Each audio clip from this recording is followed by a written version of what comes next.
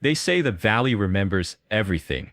Every gunshot, every storm, every scream that ever echoed off its canyon walls. And that night, when the wind shifted and carried her laughter away, the land itself seemed to hold its breath. If you believe a father's love should never be tested, hit that like button. And if you've ever fought for someone who meant the world to you, subscribe, because this story isn't about revenge. It's about what happens when mercy runs out. The morning started like any other on the Carter Ranch. Frost still clinging to the grass, my daughter Lily chasing Duke, our old hound, across the yard while the horses snorted in the corral. She was 8, wild as the wind, and she made the place feel alive again after her mother passed. I had fence lines to mend, supplies to haul, just another list of chores that never ends. Before I rode into town, she asked if I'd push her on the swing when I got back. That blue rope swing hanging from the oak, the one I built from her mama's old belt. You got it, darlin', I told her. When I came home 2 hours later, the pie on the windowsill was cold, Duke was bleeding from a broken collar, and that swing was still moving, just swaying in the wind like it was waiting for someone who wasn't coming back. The sheriff came out, asked his questions, wrote his notes, and told me what I already knew. They thought she'd wandered off. Maybe a custody mix-up. I wanted to grab him by the throat and scream that she wouldn't wander anywhere. She was taken, and in this valley, there's only one group who takes what isn't theirs. The same cartel that's been buying up every ranch between here and the border. They'd offered me money for my land. I told them no. Now I understood the price. I drove through the night following tire tracks that led from my property to the ridge road. They ended near the canyon, where I found Duke's collar half buried in the dust. After that, I drove home and sat on the porch till the stars came out. I don't remember deciding. I just knew where I had to go, to the man I swore I'd never see again. Cool Maddox. Folks still called him the Cowboy, though these days he worked jobs that didn't show up on paper. We'd been friends once, before he went south and came back a killer. He owed me his life, and that was enough. His cabin sat alone in the timberline, light flickering behind the windows like the mountains themselves were holding their breath. He opened the door before I could knock, still broad-shouldered, still dangerous. "Didn't expect you, Sam," he said. "Something wrong." "They took my girl," I told him, and my voice cracked on the word girl. For a long moment, he just looked at me. No pity, no questions, just that slow nod of a man who's already made his decision. "Then we take her back." Inside, his walls were lined with maps and weapons, the kind of tools meant for people who don't call the law. He asked who had her. "Cartel," I said. "They've been threatening me for months." He poured us both whiskey, and as the fire popped, he muttered, "They should have left the valley alone." Then he stood, grabbed his hat, and stepped outside into the rain. He fired a single shot into the night sky. A heartbeat later, lights began flickering across the ridges. Cabins, barns, trailers, answering the call one by one. Cole watched them glow like campfires in the dark. 300 riders, he said quietly. "Men who owe me, or owe you. They'll come." I stood there in the cold, staring at that distant web of lights, knowing this wasn't a rescue anymore. It was a reckoning. The law could stay out of it. The cartel could pray, because the valley was about to remember again, and this time, it'd remember my daughter's name. They came before dawn, engines rumbling low like thunder rolling through the canyons, headlights sweeping across the wet grass. Cole stood out front, cigar glowing in the dark, the smell of rain mixing with diesel and gun oil. If you've ever believed that justice should come from the hands of those who've been wronged, hit that like button. And if you know that some fights aren't about winning, but about coming home with the ones you love, then subscribe, because what happened next wasn't a rescue. It was a storm. By sunrise, the ranch looked like a war camp. Trucks lined the fence posts, horses saddled in rows, men tightening straps, checking weapons, murmuring quiet prayers. Cole moved through them like a general who'd been born in the saddle. Every nod, every order crisp and final. "No one touches the girl," he said. "We take back what's his, and then we end it." I stood by the corral, rifle in hand, the weight of it strange but familiar. These weren't soldiers. They were ranchers, veterans, trackers, men with calloused hands and old debts. 300 strong, bound not by rank, but by purpose. Cole's purpose was war. Mine was Lily. The plan was simple and suicidal. The cartel's compound sat 3 valleys over, An old mining site turned fortress, surrounded by trucks and men with assault rifles. Cole had mapped every path, every blind spot, every choke point using satellite images he borrowed from someone he wouldn't name. We'd split into 4 units, hit them from the ridges, drive them into the canyon, and close the trap before they knew what hit them. We don't outgun them, Cole said. We outthink them. But all I could think about was Lily, where she was, whether she was scared, whether she still believed I was coming. Meanwhile, miles away, in a half-collapsed silo that smelled of rust and fear, my little girl was whispering the lullaby her mother used to sing. I didn't know that then, but later I'd hear the recording. The small, cracked voice tried to stay brave. The cartel's men kept her locked in a metal room, fed her crackers, told her lies about how her daddy gave her away. But Lily's no fool. She'd seen their tattoos, heard them talking about this shipment they were moving through our land. She knew something they didn't, that her daddy had friends who didn't knock on doors when they came calling. Back at camp, Cole gathered us by the old windmill before we rode out. The sky was turning that pale gold, the kind that burns through fog. You all know what's at stake, he said. They think this valley belongs to them. They think they can take what's ours and disappear. But the land remembers, and so do we. His voice carried across the pasture, low and steady. Ride quiet, ride smart, and if you fall facing the wind. Someone muttered, amen. Then we mounted up, and the ground trembled under the weight of 300 horses. The ride to the canyon felt endless. Every hoofbeat echoed against the cliffs like a heartbeat counting down. The plan depended on silence, but silence has a way of making fear louder.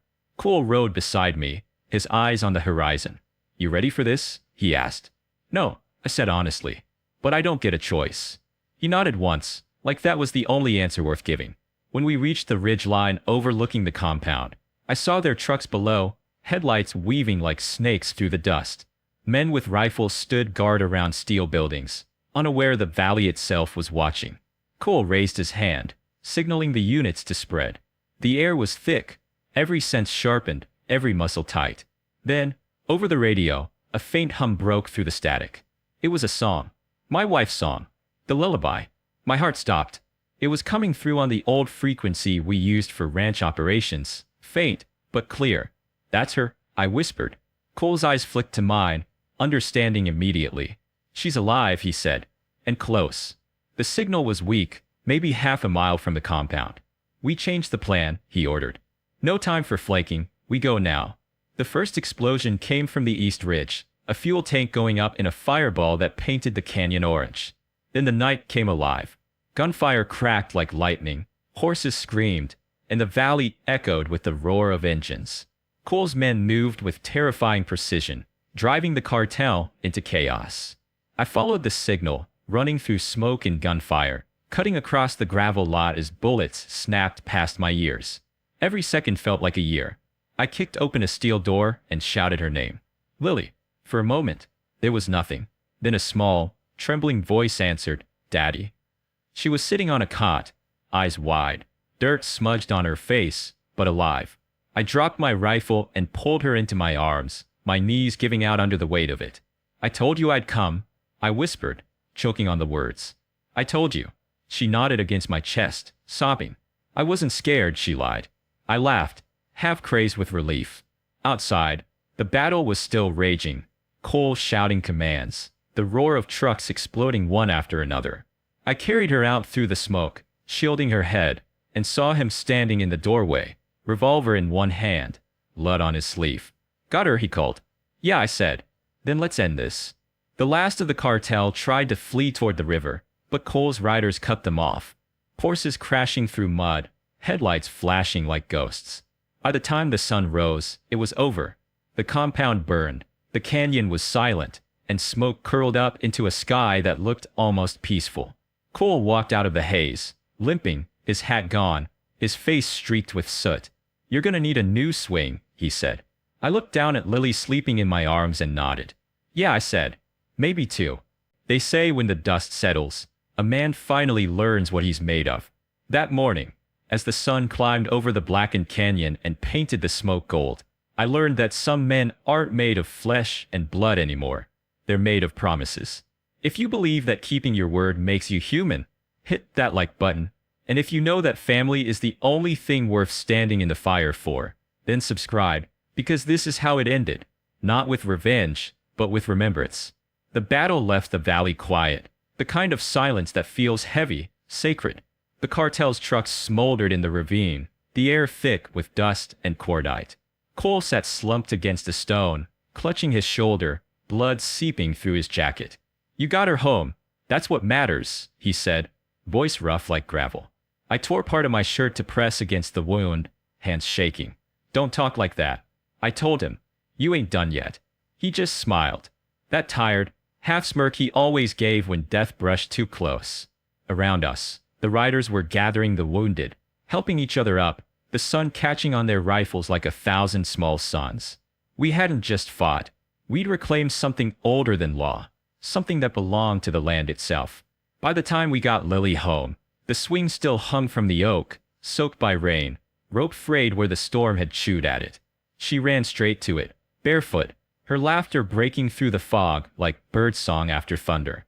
I stood there, leaning against the porch post, not knowing whether to cry or thank God or curse the world for making me earn her back in blood. Cole came limping up the road a few hours later, arm bandaged, hat pulled low. The men had scattered back to their ranches, back to lives they'd left waiting. 300 riders who'd answered a single gunshot in the night, then vanished into the hills like ghosts. The sheriff showed up too, hours too late, hat in hand, eyes wide as he looked over the smoking ruins across the ridge. "What happened out there, Sam?" he asked. I told him the truth in a way he could live with. The valley remembered. News traveled fast after that. The cartel's buyers pulled out, the land deals stopped. The federal boys came sniffing around, but nobody saw anything. Nobody knew a name. Out here, we take care of our own, and the ground keeps its secrets. The valley healed slow, like an old scar. The grass grew over the tired tracks, the wind stopped carrying echoes of gunfire, and the river ran clean again. Lily started school that fall, still sleeping with the stuffed horse her mama made, still asking me every night if I'd come get her if she got lost again. And every night, I told her the same thing.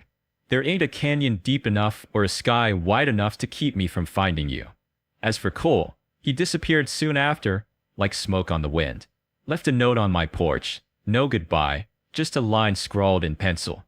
"If the valley calls again, you know where to find me." Some say he rode south, back toward the desert where his ghosts lived. Some say he never left, just melted into the mountains, watching over us like the last outlaw guarding the last piece of peace this land would ever know. I like to think he just needed a place where the world couldn't ask him to fight anymore. Months later, on the first warm evening of spring, I rebuilt the swing. Same branch, new rope. Lily helped, holding the knot steady with her small hands while Duke watched from the porch. When we were done, she climbed on, her laughter echoing down the valley, bright and wild. I stood there, watching her against the setting sun, realizing that for all the blood and fire and fury, this was the victory. Not the burning of the cartel, not the revenge, just her laughter, just peace. Sometimes at night, when the wind moves through the grass just right, I can still hear the faint rhythm of hooves in the distance. 300 riders moving as one, fading into the horizon. The valley remembers, they say, and maybe that's true. Maybe it remembers the gunfire and the pain. But I think, deep down, it remembers something pure, a promise whispered by a father into the dark. "I'll come for you." So if you ever drive through Montana and see a single swing moving in the wind, don't be afraid. It's not a ghost. It's just the valley breathing again. The war is over. The cowboy rode on, and the girl came home.